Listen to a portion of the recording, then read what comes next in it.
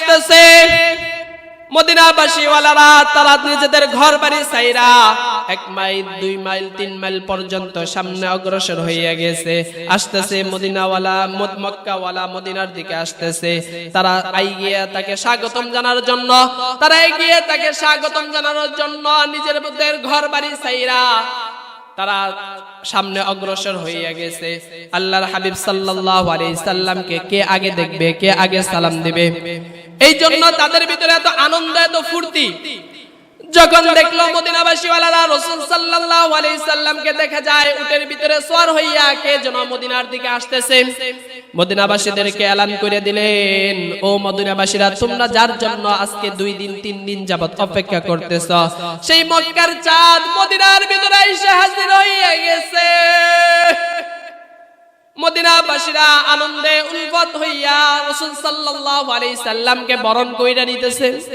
আল্লাহর হাবিব সাল্লাল্লাহু আলাইহি সাল্লাম ডাক দিয়ে বলেন, ও মক্কার মুশরিকরা, ওই মক্কার কাফেররা দেখে যা মদিনাবাসীওয়ালারা আমাকে কিভাবে বরণ করিয়া লয়। তোমরা আমাকে এত কষ্ট দিয়েছো, পাথর মাইরা রক্তাক্ত করিয়া দিয়েছো, দেখো দেখো মদিনাবাসীওয়ালারা আমাকে কিভাবে বরণ করে লইতেছে। আল্লাহর হাবিব সাল্লাল্লাহু আলাইহি সাল্লাম যতই তাদের দিকে অগ্রসর হয়, সামনে অগ্রসর হয়, সাহাবায়ে কেরাম দৌড়াইয়া আসতেছে আল্লাহর হাবিব সাল্লাল্লাহু আলাইহি সাল্লামের কাছে। আয়েশা বলেন, ইয়া রাসূলুল্লাহ, ইয়া হাবিবাল্লাহ, আমার উটের দুধ 1 পেয়ালা আপনি একটু পান করেন। একজনে শরবত লয়ে গেছে, ইয়া রাসূলুল্লাহ, আমার শরবতটাকে পান করেন। একজনে পানি লইয়া গেছে। আল্লাহর হাবিব সাল্লাল্লাহু আলাইহি সাল্লামকে ফুলের মালা পরাইছে। রাসূল সাল্লাল্লাহু আলাইহি সাল্লাম ফুলের মালা পরছে। ছোট্ট ছোট্ট সোনামণিরা উটের সামনে লাফাইতেছে আর বলতেছে, তালাআল বাদরু আলাইনা মিন সানিয়াতিল ওয়াজা। এই কবিতাটা গাইতেছে আর উটের সামনে লাফাইতেছে। ছোট্ট ছোট্ট কিশোরীরা এত উলফত মোহাব্বত দেখাইতেছে আল্লাহর হাবিব সাল্লাল্লাহু আলাইহি সাল্লামের কাছে। এরপরে যখন রাসূল সাল্লাল্লাহু আলাইহি সাল্লাম সামনে অগ্রসর হয়, একজন সাহাবীর বাড়ি যখন সামনে আয়েশা পড়ে, তখন বলে, ইয়া রাসূলুল্লাহ, ইয়া হাবিবাল্লাহ, আমার বাড়ি এটা, এখানে আপনি অবস্থান করেন। আল্লাহর হাবিব সাল্লাল্লাহু আলাইহি সাল্লামকে আরেক সাহাবী ডাকতে বলে, ইয়া রাসূলুল্লাহ, ইয়া হাবিবাল্লাহ, আমার বাড়ি এটা, আপনি এখানে অবস্থান করেন। আল্লাহর হাবিব সাল্লাল্লাহু আলাইহি সাল্লাম পেরেশানির ভিতরে পড়ে গেলেন। আমি তো একা মানুষ, কি করি, আমার তো কিছু করার নাই, আমি এখন কি করব? আল্লাহ তাআলা তার হাবিবকে ডাক দিয়ে বললেন, ইয়া রাসূলুল্লাহ, ও আমার দোস্ত, আমার বন্ধু হাবিব, আপনার উটের লাগামটা আপনি ছাইরা দেন, আমি যার বাড়িতে নিব আপনি তার বাড়িতেই যাইবেন। আল্লাহর হাবিব সাল্লাল্লাহু আলাইহি সাল্লাম ডাক দিয়ে বললেন, ও সাহাবায়ে কেরাম, আমি একা মানুষ, তোমাদের এতগুলার মন কিভাবে রক্ষা করব? আমি রক্ষা করতে পারবো না। আমার উটের লাগাম আল্লাহ তাআলা ছেড়ে দিতে বলছেন। উট যে বাড়িতে যাবে আল্লাহ তাআলা নিজ হাতে উটের লাগাম নিয়ে লইছে, আমি তার বাড়িতেই যাব।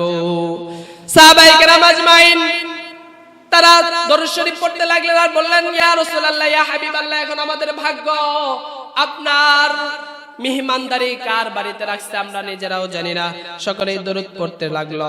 আল্লাহর হাবিব সাল্লাল্লাহু আলাইহি সাল্লামের উটটা আস্তে আস্তে ধীরে ধীরে চলতে শুরু করলো। একজন সাহাবীর বাড়ি পারি হইয়া যায় আর সাহাবী হাউমাউ করে কাটতে শুরু করে, নাই, আমার ভাগ্যে আমার রাসূলের মেহমানদারি নাই।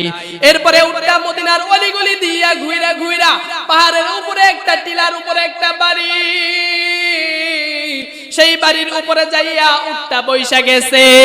আল্লাহর হাবিব সাল্লাল্লাহু আলাইহি সাল্লাম ডাক দিয়া বললেন, এই বাড়ির মালিক কে রে? এই বাড়ির মালিক কে? ওই বাড়ির মালিক আবু আইয়ুব আনসারী রাদিয়াল্লাহু তাআলা আনহু। লাব্বাইক ইয়া রাসূলুল্লাহ, লাব্বাইক, আমি গুনাহগারের এই বাড়ি।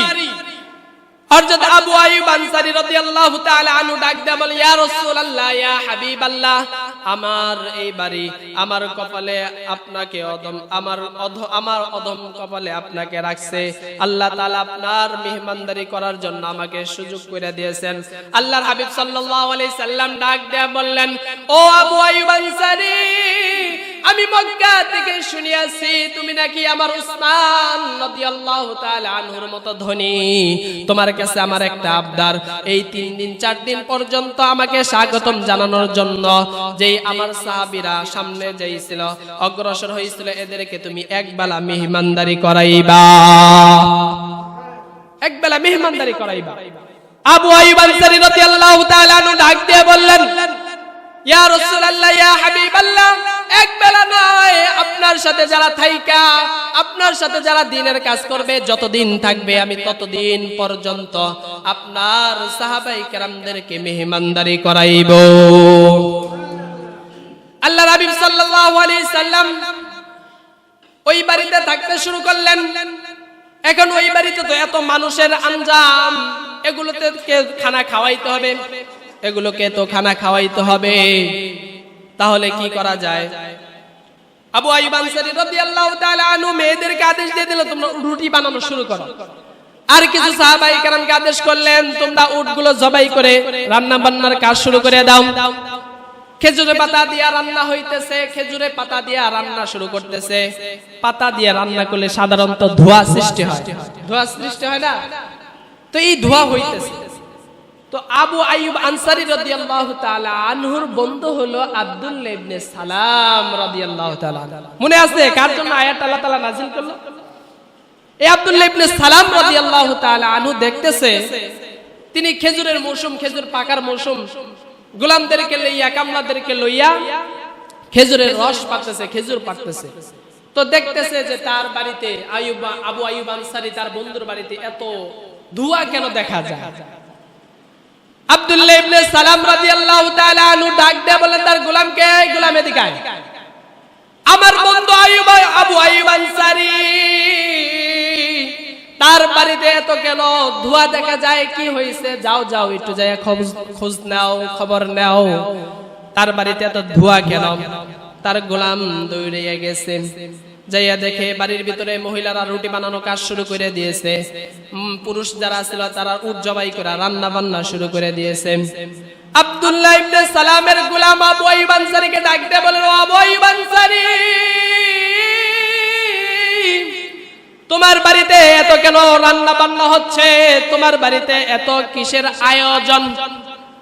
আবু আইয়ুব আনসারী রাদিয়াল্লাহু তাআলা আনহু ডাক দিয়ে বললেন, আব্দুল্লাহ ইবনে সালাম, ওকে যাইয়া বলো আমার বাড়িতে মক্কার পূর্ণিমার চাঁদ আইসা উঠছে, মক্কার রহমাতুল লিল আলামিন আমার বাড়িতে উঠছে, এই জন্য রান্না বান্নার কাজ শুরু হইয়া গেছে।